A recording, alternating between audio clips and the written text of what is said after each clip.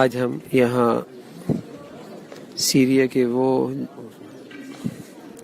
کی وہ سرحد اور ترکی کے اس حصے پہ ہم آج موجود ہیں جہاں سیریا کے مظلوم مسلمانوں کی سب سے بڑی تعداد کیمپوں پہ موجود ہے، اور یہ عرفہ کا علاقہ کہلاتا ہے جسے مدینہ الانبیاء بھی کہتے ہیں۔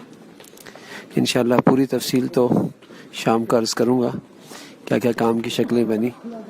البتہ یہ ہے کہ یہ وہ تاریخی جگہ ہے جہاں حضرت ابراہیم علیہ السلام کی پیدائش ہوئی، اور یہ غار ہے، اور اس غار کے اندر چھوٹی سی جائے نماز سی بنی ہوئی ہے، وہاں الحمدللہ 2 رکعت نماز پڑھنے کی بھی سعادت ملی۔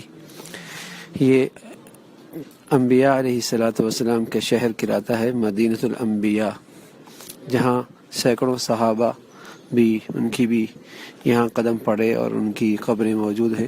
انشاءاللہ تفصیل شام کو عرض کروں گا۔ جزاکم اللہ۔